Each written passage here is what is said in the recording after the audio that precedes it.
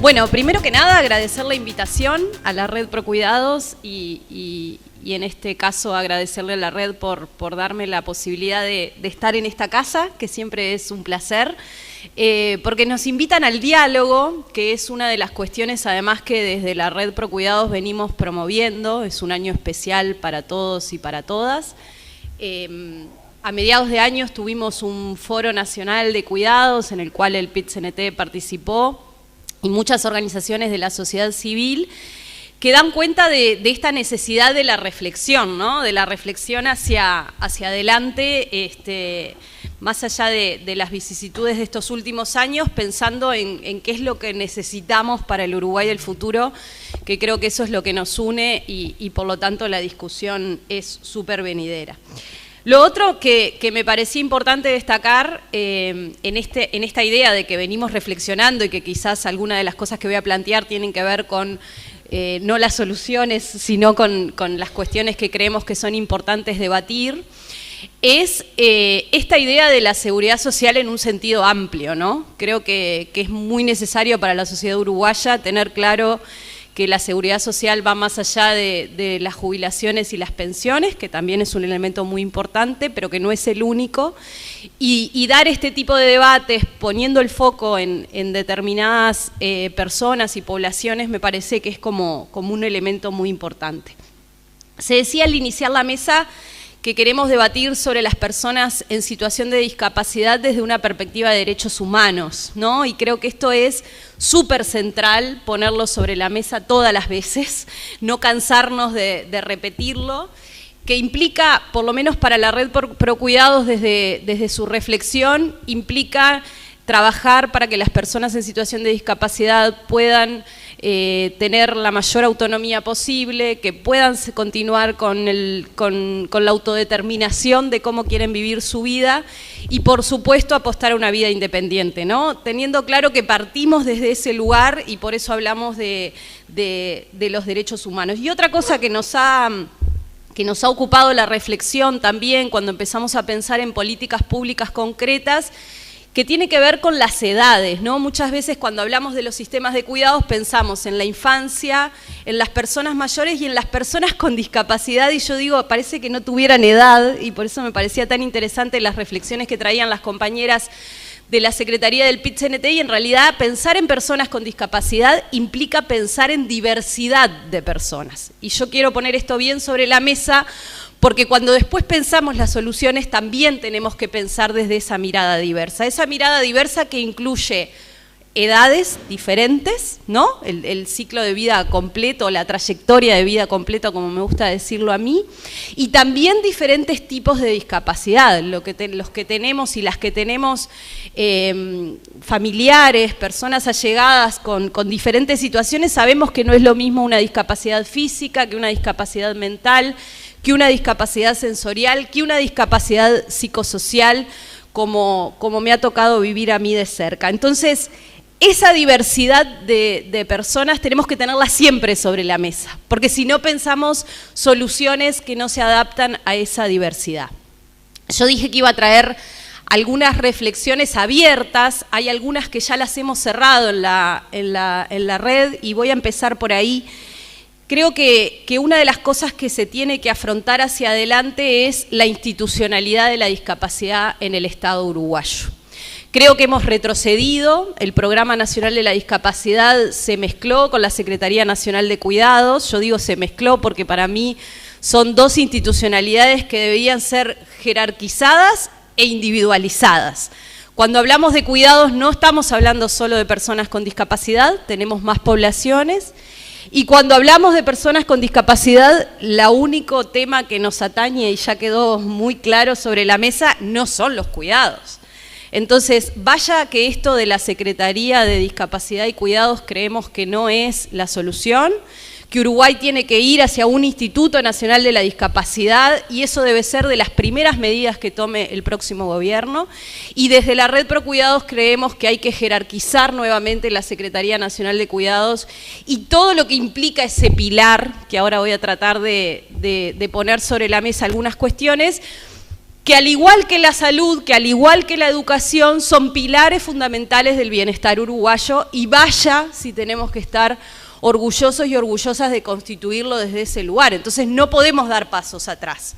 Tenemos que trabajar para que ese Estado se siga fortaleciendo, y creo que la institucionalidad, y todos sabemos, compañeros y compañeras, que la institucionalidad viene de la mano de recursos económicos, ¿no? Una secretaría que está invisibilizada o un instituto de discapacidad invisibilizado en otras áreas hace que los recursos económicos que finalmente llegan a las personas con discapacidad sean menores.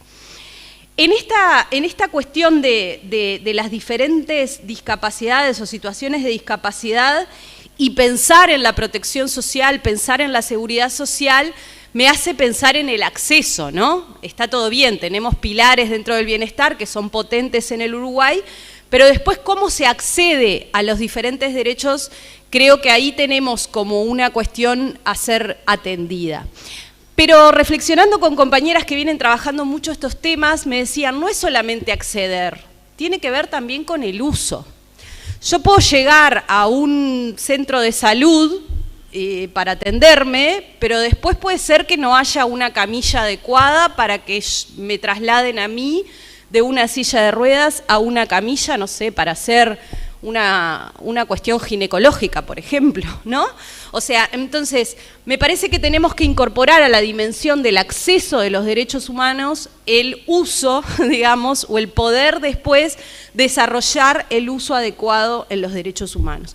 Y yo creo que ahí el sistema de cuidados viene a traer luz, y no solo en relación a un cuidado o a la palabra cuidados, que además sabemos que tenemos que tener, valga la redundancia, mucho cuidado en utilizarla, porque venimos de un modelo médico donde la discapacidad y el cuidado estaba muy asociada a una idea que está bastante lejos de esta idea de los derechos humanos que traemos. Yo creo que el cuidado puede traer luz a el acceso al resto de la seguridad social. ¿Y por qué digo esto? Porque en realidad dentro de los cuidados, y yo siempre reivindico la mirada amplia del concepto cuidados, tenemos que tener en cuenta todo lo que tiene que ver con la asistencia personal. Por supuesto, Uruguay dio un gran paso con muchas dificultades y con muchos desafíos para adelante, entre ellos todo lo que tiene que ver con la regulación laboral de las trabajadoras, etcétera. No me permitiría estar en esta casa y no decirlo. Pero tenemos que pensar en cuáles son las situaciones que resuelve la asistencia personal y cuáles no. Recién se mencionaba, hay toda una franja etaria la cual todavía no hemos alcanzado, y eso sin duda es un desafío para el futuro. Pero también tenemos que pensar en otras figuras o en otras necesidades que se tienen que no necesariamente lo pueden brindar las asistentes personales, o por lo menos no las asistentes personales con la preparación que hoy en día tienen, ¿no? Recién mencionaban sobre la educación inclusiva y la necesidad de los asistentes terapéuticos. Yo también tengo mis dudas de llenar todas las escuelas de asistentes terapéuticos, por lo menos desde mi experiencia. Creo que hay que hacer un cambio de cabeza en cuanto a la formación docente y a cómo incorporamos figuras que colaboren con los centros educativos para esa verdadera inclusión. Porque si no, parece que estamos sacando a las maestras de la escena de la inclusión y estamos poniendo otra figura que la tiene que sustituir. Y yo creo que, por lo menos, repito, desde mi experiencia personal, cuando ese trabajo se hace articuladamente, en conjunto y poniendo sobre la mesa todas las baterías posibles, se mejora. También hay necesidad de atención, un tema que Uruguay tiene muy rezagado y que el gobierno del Frente Amplio quedó ahí en el límite y creo que no han habido grandes avances, tiene que ver con la ley de salud mental. Y cómo ahí el sistema de cuidados también desarrolla servicios para poder atender esas situaciones y para poder generar alternativas que tengan más que ver con esta mirada de derechos humanos y no con una mirada antigua de quitar de la sociedad o de quitar del mapa a las personas que se encontraban en situación y problemáticas de la salud mental. Y la otra cuestión tiene que ver con los apoyos. Y cuando hablo de los apoyos me refiero a los apoyos humanos, ¿sí? Como puede ser un asistente terapéutico, o de los apoyos no humanos. Uruguay tiene una diversidad de apoyos médicos y de ayudas técnicas que están desagregadas y que muchas veces no se conoce con claridad cuál es el acceso. Desde la Red Procuidados también y desde la Comisión de Discapacidad en particular trabajamos en armar este mapa y en entender cuáles son los criterios, y es muy difícil concluir cómo estos servicios, estas ayudas técnicas, estos dispositivos no humanos llegan a las personas con discapacidad. Entonces creo que acá también hay una cuestión bien importante para trabajar.